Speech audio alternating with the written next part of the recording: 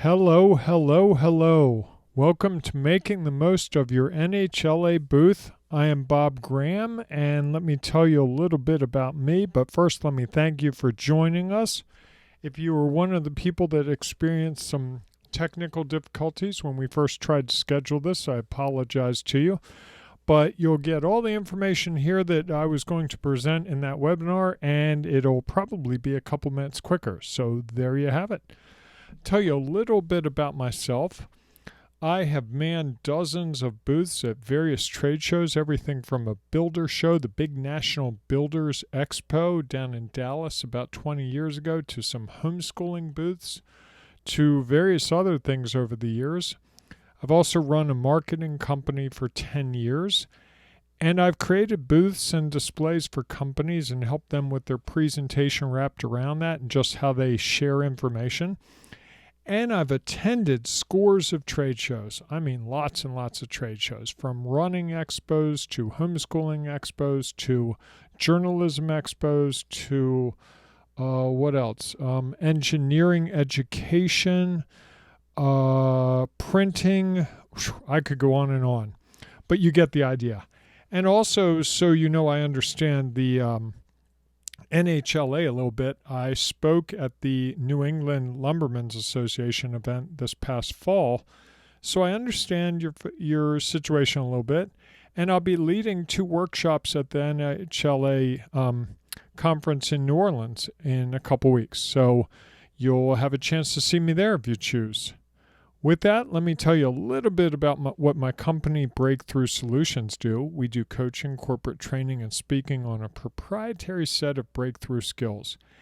And among the topics that we seem to get the most interest in these days, we do workshops and presentations on how to overcome generational differences, how the textures can get along with the gray hairs, is one way someone put it for me. Communicating with more clarity and power in a role of leadership or as a manager or even employees to employees, and how to go from being a manager to an effective leader. So those are some of the popular topics, and if you want to talk about any of those or other things that we do, we're always happy to talk to you. But let's get to the meat of what we're talking about right now. Our agenda, we're going to talk about some typical approaches and the challenges that they present. So a new approach to doing a booth, and then some tools for tracking results in your ROI. Okay? This webinar is for you if you are attending the Expo to sell. Your goal is to sell, get new customers. This is the right place for you, and we'll talk about what that means and how this can help you.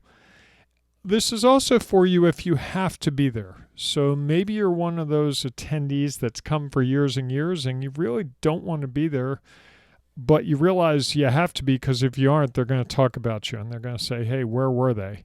So this is for you. And then if you want to be a supplier to the industry, this webinar is for you as well because we're going to talk about some of those issues.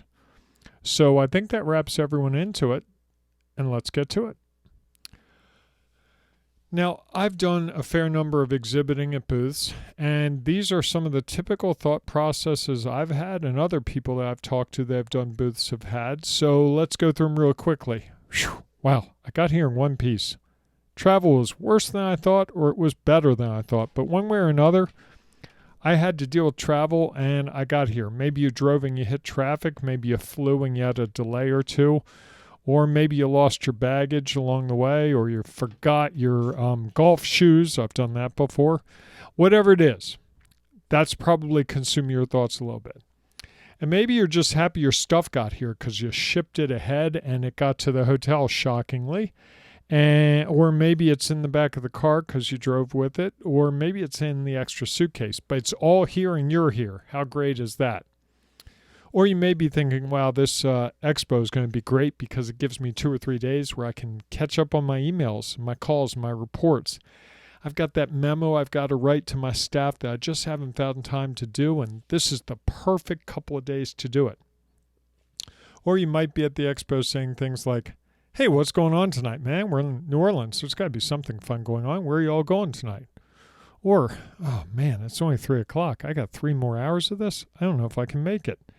If you've had one or more of these thoughts, maybe you've had them all, I'm with you. Been there, done that. We're going to talk about why those thoughts aren't productive, and I think I'm going to give you some new things to think about. So I want to see if this will work. It should work. Here we go. This is me at a builder show in Maryland back in March 2019, and the show is actually going on right now. It is early, but this is Expo hours. Watch what happens here. I go, the guy barely looks up, it just says one word, and I take my brochure and go, and there's a booth with no one there, and there's some people milling around, and there's another booth. Watch, I'm going to go up to this guy. We have a very brief discussion. I take what I want. I look at things, I ask a question, he gives me a very quick answer, and that's it. So this is not uncommon. I've seen this at booths. I hate to say it, but I've actually done it at probably a booth or two in my career. And this is not the perfect answer. So, whoops, sorry about that. Let's talk about what went wrong here, okay? What went wrong? So just in your head or on a sheet of paper, if you have a sheet of paper handy, what are some of the things that went wrong if I was actually an attendee at this expo, this show? It was a Builder's Mart, I believe. And what went wrong? So I created a short list. And here's the first thing. There was a booth where no one was there. If no one's at the booth, I would argue you might as well not even have a booth. You're better off not being there than leaving your stuff on a table and walking away for the whole day. You may have to walk away to go to the bathroom. I get that. You may have to walk away to get food or to get more supplies from your hotel room. I get that. But if you're not there for an extended period of time, you're doing more damage than good. Another thing, you left materials for anyone to take. And so I just took the materials. There wasn't really any, well, is this the right brochure for you? Is this what you're really interested in? It just was done. Third, minimal engagement. The one guy barely looked up from his phone to acknowledge I was there and let me go on my way. What if I was a potential customer for him? How would he know that? How would he have dealt with me differently if he had known? But he had no way of knowing because he didn't engage. Or looking at your computer or phone, just not paying attention to the people walking by. That's fairly common, I gotta say. And if that's what you've done in the past or you plan to do, that's probably not going to lead to a really good expo for you. So basically, all 4 of these lead to lost opportunities. Every single one of those booths, I could have been a potential client. I could have been a potential partner. I could have been their next big paycheck. But they don't even know that because they weren't there. They weren't engaged. So next, let me do a couple of reality checks. I have 2 reality checks. One reality at a trade show is you are not going to get signed contracts at your booth. So if you've got a contract in your briefcase or on your computer and you're going to print it out at the hotel and get the person to sign it, I'm going to tell you right now it's not going to happen. That's like a 1 in a million. You probably, if that happens, you should play the lottery. It's just not going to happen because people don't come to trade shows with checkbooks in their hands and with a willingness to sign a contract. That's just not going to happen. Now, if you were at a gem show or a ukulele show or a guitar show or a snake show, yes, you might sell something right there because they're selling goods. But that's not how this expo really works. This is about developing relationships that lead to sales down the road. Second reality check. You will only get what you give. In this whole entire show, if you do not give your time and effort to this, you will not get the people you're looking for. It's just not going to happen. So if you've been to trade shows before and you've had very little success, I would argue that's probably because you haven't engaged fully. So let's talk about what that looks like. First of all, you need to figure out what your goals are. What are your goals when you go to a trade show? Now, if you say get new customers to sign a contract, again, that's not going to work. But to get leads that might become customers, that's reasonable. So here are a couple of things I would say could be goals for your booth. One, obtaining new clients or customer leads. Notice, leads are the people who might buy from you down the road, but they are not customers. A customer is spending money or has spent money with you. A lead is someone who could lead to a sale, hence the name. Okay? Trade shows are a great opportunity to get leads. And the leads aren't just the people who put their business cards into your fishbowl and try to win the iPad or whatever great gift you're going to give them, a drone or whatever. Those aren't really the best leads. Those are just people trying to win a prize. And I would tell you, if I got 97 cards in there, maybe 1 or 2 would be actual legitimate leads. So we're going to talk in a little while about ways to get legitimate leads. 2, help spreading the word about our brand. People may know your company, they may know what you've done, but they may not know what you're doing now. They may not know your latest, greatest invention or your latest, greatest product or your new territory that you're in. So this is a chance to share that information with people when they come to your booth. 3rd, make new contacts. Contacts are people that may or may not buy from you. They may be in a position to, or they may not be in a position to, but they have information or resources that could be valuable to you. They might be potential partners. They might be potential vendors. They might be people who know someone who might buy from you. They might be a reporter from the newspaper that covers the lumber industry. All these people could come to your booth, and you could strike up a conversation and develop a relationship with them. Or it's a great chance to learn customers' wants, needs, and language. The number one way to be effective in marketing is to use the customer's language. The best way to find a customer's language is to be around customers. And not just your customers who have bought from you, but people who have chosen not to buy from you or have never bought what you're selling. Those people will tell you things that you aren't going to hear from your best or worst customers. You're also going to hear, if you ask the right questions, what they're really interested in, what their needs are. Their needs change from time to time. Their wants change from time to time. We're going through a period now where there are a lot of tariffs. That may change people's perspective. They may want and need different kinds of contracts. They may need different financial arrangements. They may need different shipping requirements. This is your chance to really gather that information.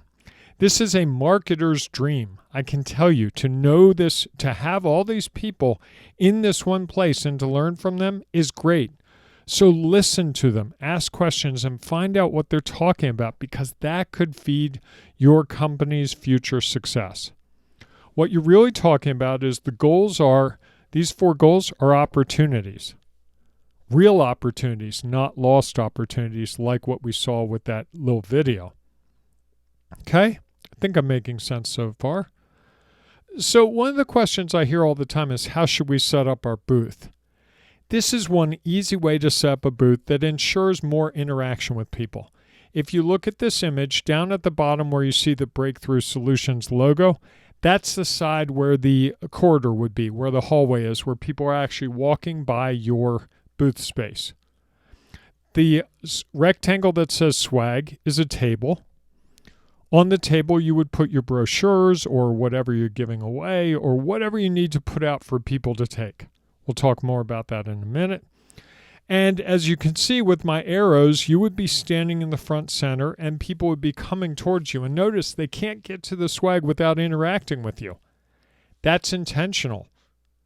You want to engage with them. You want to talk to every person. No one should walk away with any promo items, any brochures, anything from your table without talking to you. Even if it's just say, hey, John, how's it going? And then that's it.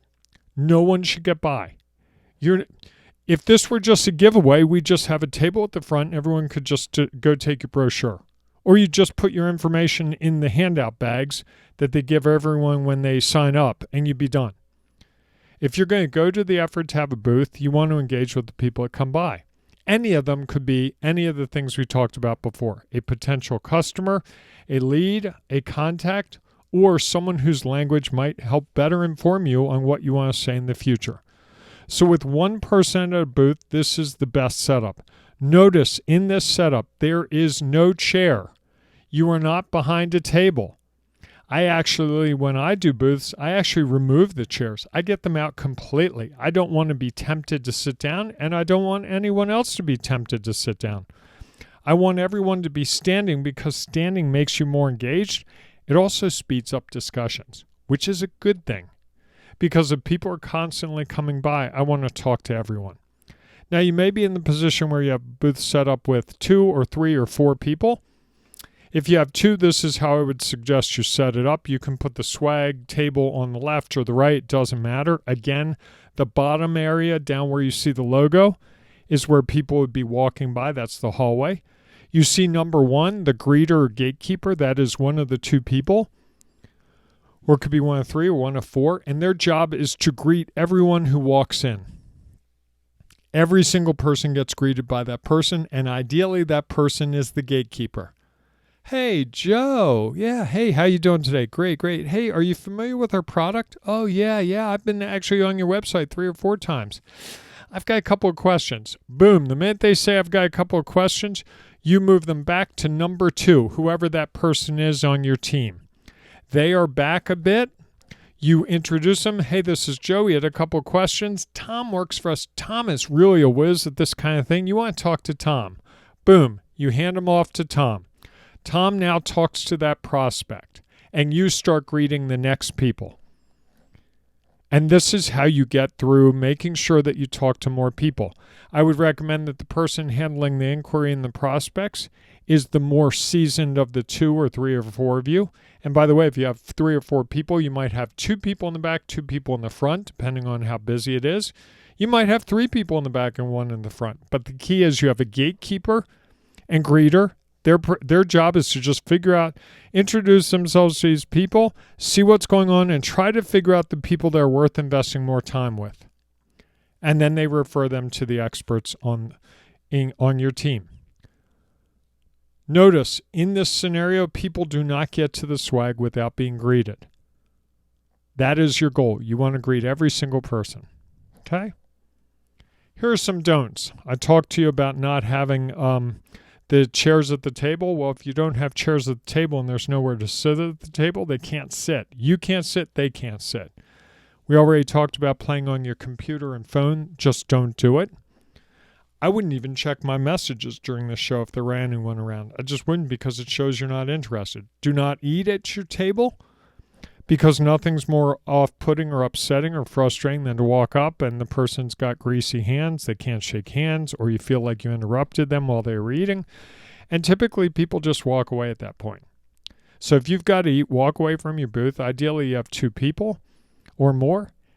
One of you walks and eats, the other handles things, then the other comes back, you switch off. If you're alone, I would recommend walking away when it's not real busy for a couple minutes, eat your food or go to the bathroom or whatever, and then come back.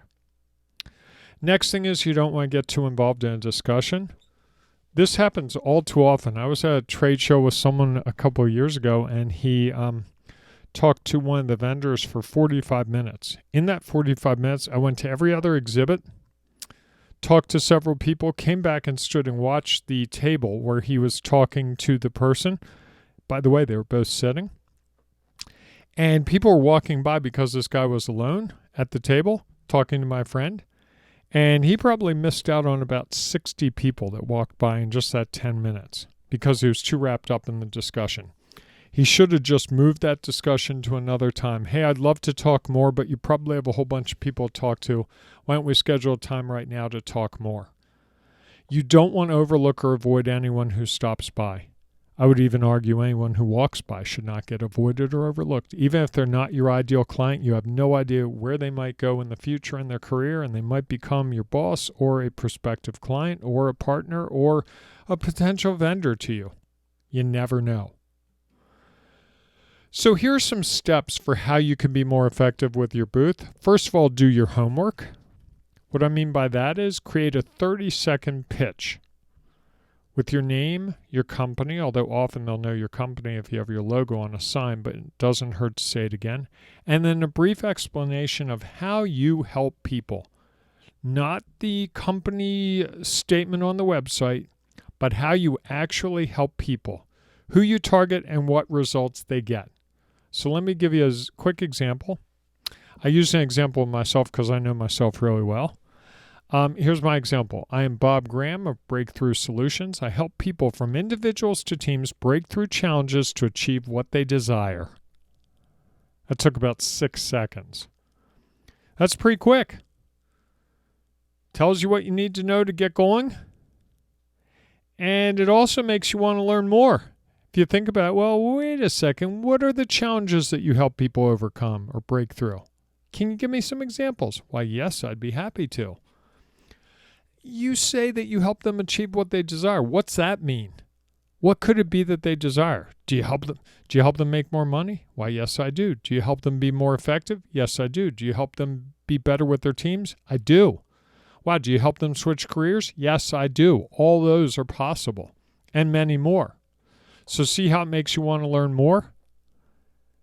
Listen to it again. Now you've heard me break it down. I am Bob Graham of Breakthrough Solutions. I help people from individuals to teams break through challenges to achieve what they desire. Quick and crisp. You should have a 30-second or 10-second pitch of your own. You can be doing this now with the trade show a couple weeks away. You've got plenty of time to work on it. If you're having trouble, let me know. You'll get my contact information at the end. I'm happy to help you go through it if that would be useful. And then you want to know who's attending. Best way to understand who's attending is figure out what the event really is. I know.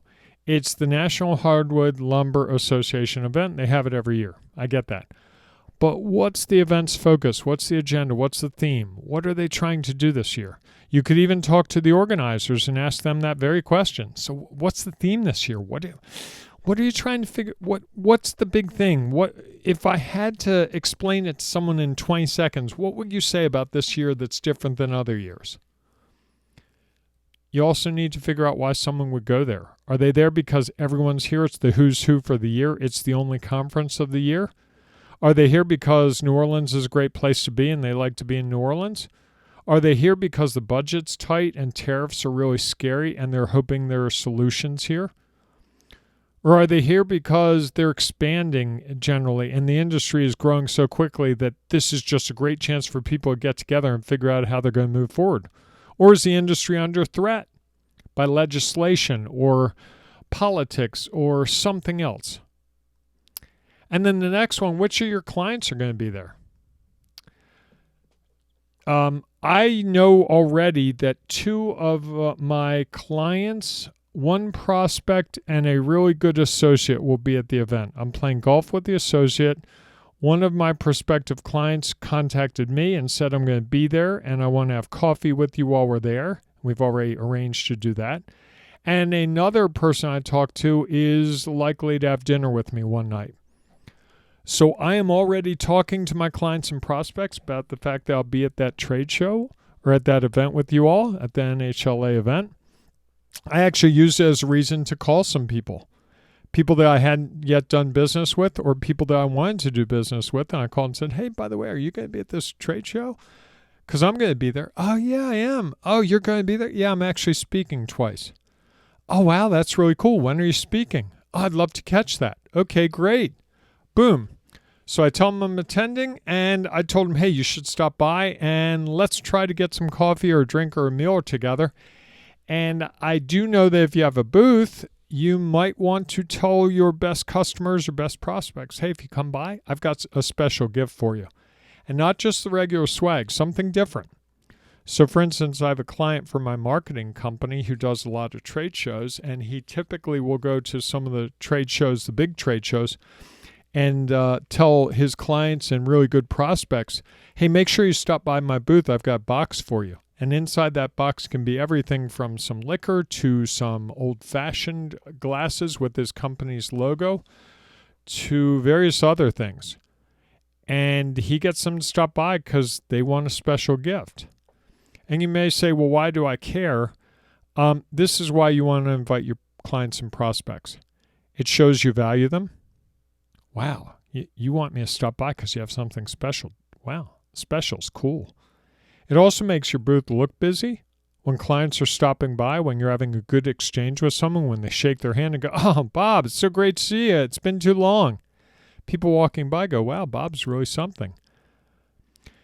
It also allows your clients to share with your prospects. When they're in the same booth area and the client hears you talking to a prospect, they're likely to jump in and go, yeah, Bob's really, that's exactly what he did for me. I know it's hard to believe, but Bob actually did that for me. You want that interaction. That's a good thing. Your clients can say things about you that you could never say about yourself. Oh, he's awesome. He returns my calls right away. He's like the go-to guy for me. If I describe myself as a go-to guy and I say I always return calls, I sound pompous and I say I'm saying what everyone else says. It also invites networking opportunities. What if two of your clients get together, see you there, and you talk to them both and they start talking to each other, and next thing you know, they're doing business together and you brought them together. Or you connected a client with a prospect. Hey, client John, here's my prospect, Susan. You guys should talk because I think you might be able to do business together. You don't think that doesn't help you when you can connect people together? We all want to be connected to people, and you have this vast network of people. So making those connections at your booth can be really valuable. But most importantly, and I'll keep harping on it, keeps you off your phone and computer. When people are at your booth, you can't be checking your email and playing on your phone. So step 2 is engage your visitors. When they come to your booth, what are you going to do for them? Don't leave your swag out. Don't leave the giveaway items out. Don't leave the brochures. Don't leave the stack of 400 brochures. First of all, no one wants to break the pretty way they're arranged. Second of all, it feels weird. If you're giving away that easily, it's not really valuable. I like to hold on to the giveaway items. I actually like to have the person ask for them. Or to go, oh, John, let me give you this. Another thing you can do to engage attendees is call them out by name as they pass by. Everyone wears name tags. Great technique is you see a person walking by, their name is Susan. Hey, Susan, how are you? Susan's going to look at you and go, do I know this guy? How does he know my name? Oh, right, it's my name tag. But by then you've already affected them. And you can follow up with, Susan, you don't know me, but I just wanted to tell you a little thing about what we're doing, or what's your biggest business problem? You can pre-qualify people that way.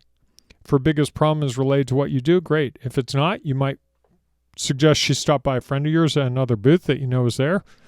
Or you might say, hey, let's talk for a minute. Maybe I have some people in my network I can connect you with. I have a friend who says that his success at trade shows is to comment on people's shoes. He says everything from, wow, those are amazing. Oh, you must have polished them in the hotel room this morning. Whoa, you put some miles on those shoes. He says it's completely innocuous. People are surprised by it, and it gets people to stop and pay attention to them. And that's the name of the game. Another thing I've done that works pretty well is ask thought-provoking questions about your solution. If I'm selling, let's see, what could I sell? I don't know, I'm selling hand saws. I know. No one in the world of hardwood lumber is using hand saws. I get that, but it just popped into my head. I'm selling hand saws, and someone walks by. It's like, hey, what's the thing that drives you craziest about a hand saw? And they go get dull. You go, well, guess what? That's amazing. We found a way to make our hand saws so it doesn't get dull. Whoa, now they're paying attention. Or it can be a thought-provoking question about something more broad. It could be about the trade show. It could be about the event. Hey, how are the tariffs affecting you? Hey, how's this year shaping up? We're in October. What's it looking like? Oh, really? Wow. What's the biggest challenge you're having? That's a good discussion. That's far more valuable than talking about your products or services. Here's the funny thing about a trade show. People don't want to talk about your product or service with you until they know you. We only want to do business with people we know, like, and trust. They are not going to know, like, and trust you if the first thing out of your mouth is, hi, I'm Bob and I sell widgets. Want to learn more about my widget? Our widget's the greatest widget in the world. I sound like a used car salesman. And that's not going to get you any relationships. Again, we already agreed. You're not going to sell a product or service during the trade show. So don't even bother. Focus on building relationships. So here are some of the ways you can do it. Just some examples. Step 3, play journalist. I was trained as a journalist. Undergrad and grad school, I studied journalism, and I worked in newspapers for about 10, 15 of my 30-year career. What journalists learn very quickly is you ask good questions, not yes-no questions, because yes-no questions don't lead to quotes, and quotes are what newspapers, magazines, TV need, radio even. So here's some of the questions that are not yes-no, but really valuable that can spark a discussion. What brought you to the conference? What's your biggest challenge with X, whatever part of the industry you're in? Ask them what their challenge is. Maybe you can solve it, maybe you can't, but at least you're gathering information. Do you have a preferred X vendor? Lumber equipment vendor. Oh, really? You do? Wow. Who is it? What do you like about them? What could they do better? And then the other ask that you've got to do is you've got to ask people if you think they're potential clients for their business card. I'm not a big fan of the big fishbowl where you get everyone to throw their cards in, because most of those people aren't your prospects. They're people that are trying to get a free giveaway. Much more valuable to me if there are 100 people walk by my booth and I talk to 3 people in detail, and those 3 people tell me stuff that makes me think they could be good clients. I'll take those 3 cards back to my office any day over 100 cards or 1,000 cards of people who put their thing in your giveaway, and you've got to pick a winner. Because most of the time what I see is people put all those cards in a stack on their desk and never follow up, and even if they did follow up, they're not their ideal customer anyway. So if you have a discussion with a person and you think they might be a good client, ask for their business card. Simple. If you don't ask, you will not receive. And the person can say, I'm really not comfortable giving you my business card. Or, yeah, I'd really like to follow up. It's a great next step. And that leads us to step 4, taking the next step, which is scheduling a follow-up meeting during the event. Coffee, a drink, a meal, something over the next couple days while you're both here. You have the luxury of both being in New Orleans. You may never be in the same place again without someone having to travel a long distance, most likely you. So rather than go through that, why not find a way to actually get together with that person over the next couple of days? Get up early. I once was at a trade show and someone said, I love to walk in the morning. I said, hey, can I join you? And we went for a walk and we talked business while we walked. It was great. We saw the city. We got to know each other. And we really ended up doing business together. And each time I talk to him, he goes, I remember when we walked that morning. It was such a great morning. If the person is going to go work out in the fitness center and you can get free at that time, meet him in the fitness center. Hey, can I join you in the fitness center? Because I got to do treadmill and it's boring. Can we talk while we're on the treadmill? Oh, it sounds great. Maybe they're going to have breakfast and they're going to be alone. And you say, hey, rather than read the paper, let's have a meeting. They can say no, but give them some ideas. You want to get a commitment to a follow-up call. If you can't schedule something during the event, schedule a follow-up call or an in-person meeting while you're there. Get it on their calendar, on your calendar. You can always change it. They can always change it. But the odds are pretty good that if a person schedules a meeting with you, a follow-up call or an in-person meeting, they are a good target of opportunity. And most people at trade shows do not ask for these things. If you talk to a person and you're hitting it off and it looks like it might go somewhere, take the next step. If you don't ask, you won't receive.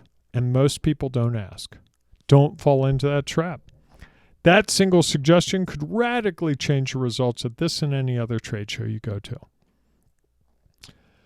After the trade show, I like to follow up with a personalized message, text, email.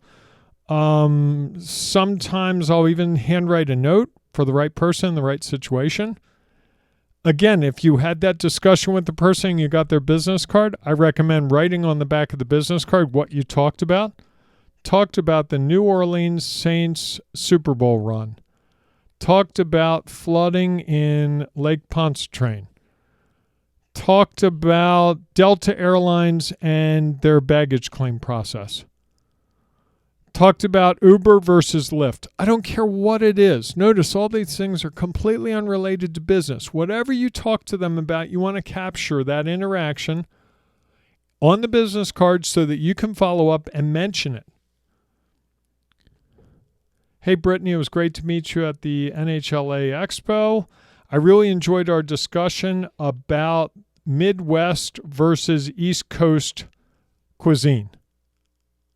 Shows the person you were paying attention, showed the person that you were engaged, and it gives you an area to follow up. Again, we only interact with people we know, like, and trust, said Bob Berg in his book. I think it was The Go-Giver. I think that's right, The Go-Giver, early mid-90s, maybe late 90s. We only work with the people, we only buy from the people we know, like, and trust. If you shared a discussion of any import on any topic, preferably not about your business, capture it on that business card and then follow up. And you can see here that I suggest you follow up with an email or text the second business day after the event ends.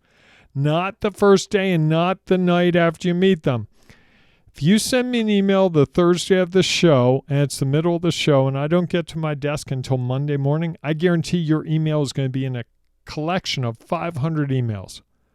I am not going to pay attention to it. You might as well not even waste the time sending it.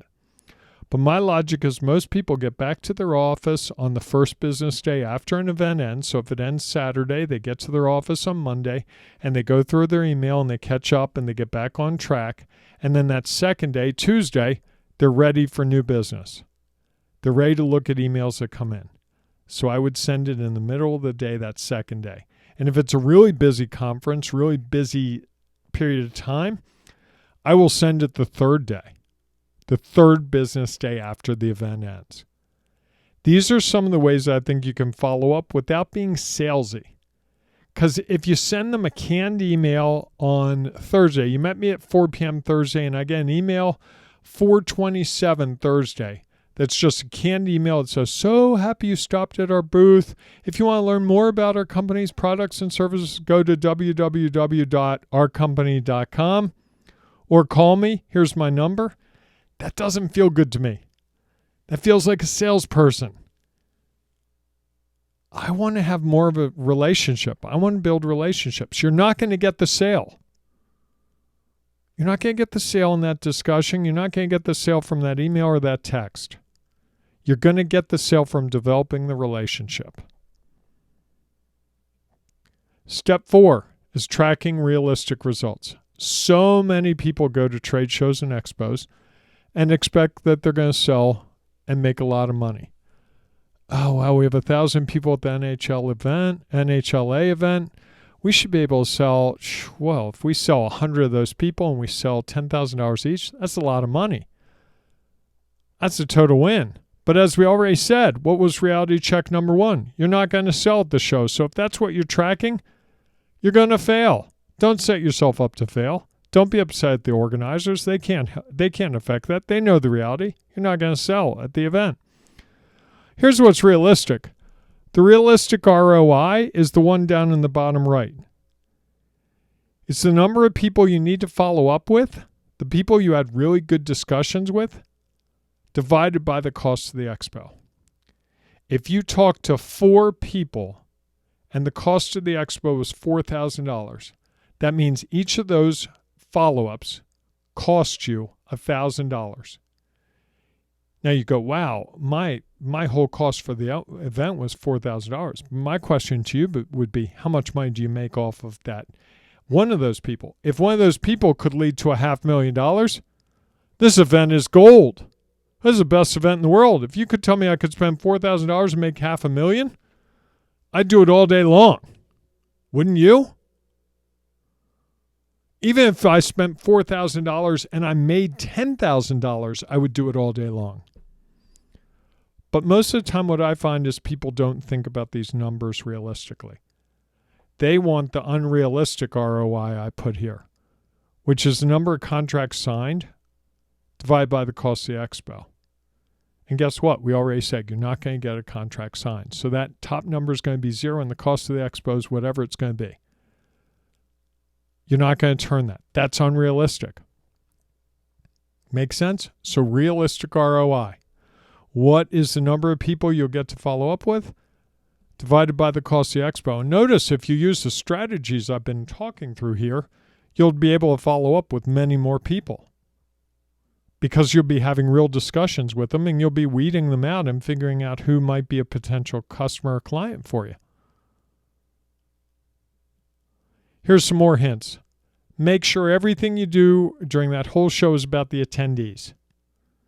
It's not about you, so don't talk about anything negative. No one cares that you lost your bag. No one cares that you forgot your golf shoes. No one cares that you had a really bad hotel room, that the pillow wasn't your favorite, or that the attendance isn't what you expected. Don't talk anything negative. Who wants to talk to Debbie Downer? I don't know, like, and trust Debbie Downer. I want upbeat people. So if they ask about the event, it's going great. It's great. Oh my God, this is one of my favorite shows. I love the NHLA. I love everything about it. I love being here. Always, always, always positive. You can go into your hotel room tonight or next night or whatever night and scream into your pillow all night long about how horrible it is. You can call your spouse or significant other or whoever, and you can complain to them all evening. Help yourself. But when you're doing your job at that booth or anywhere else related to the show, the event, you want to be upbeat and positive. I know it's not easy after a long day, but trust me, it'll make a huge difference. Couple more hints. I always like to dress like the attendees are better. What I mean by that is if I'm a guy and the attendees are wearing shorts and a polo shirt, I would wear long pants and maybe a polo shirt.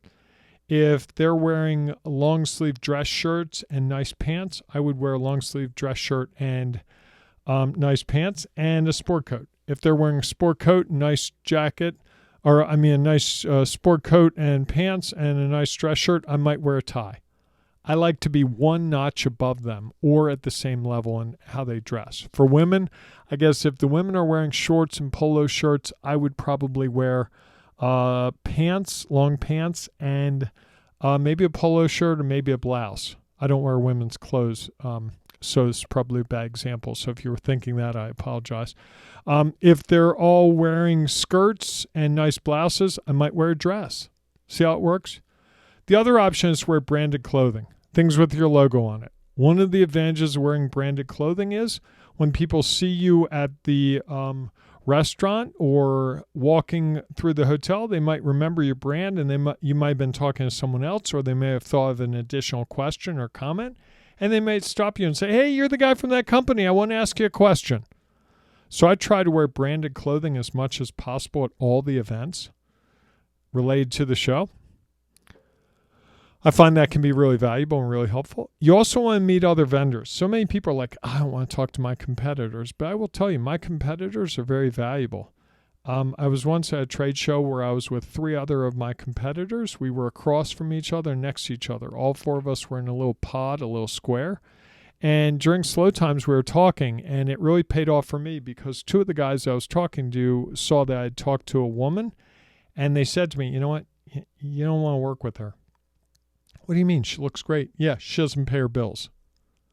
That was really valuable insight. I also find out things about industry, trends, about people who are moving from different jobs. You might find out about a job opportunity. You might find out about a contract that someone can't satisfy and you might be able to plug in. In one case, companies said we can't work with them because they won't be able to work with our process, but we can do it this way. So that could be really valuable. And then you want to participate in other activities. You want to be fully involved. Go to as many things as possible. Be all in all the time. From the moment you get off the plane to the moment you get back on the plane or the moment you get to the venue, you want to be doing everything you possibly can, everything, to be involved and engaged. If you have questions or problems, please let me know. You can reach me in any of these ways. I'm happy to take on your questions, or if you're trying to figure out your 30-second pitch, I'm happy to talk to you about that. And also, I talked earlier about the services my company provides. If you're interested in any of those services, if you mention this presentation, I'll give you a 15% discount on services we provide. That's a standing offer. Heck, I'll run that offer until the end of the year. So with that, I'm going to close things. If I didn't cover a question or concern you have, please reach out to me any of those ways you see here. I'd be happy to talk to you and happy to help you get the most out of your trade show experience. I look forward to your success, and I look forward to meeting you at the show. Come up to me and let's talk about how it changed things for you. Have a great day. Talk to you soon.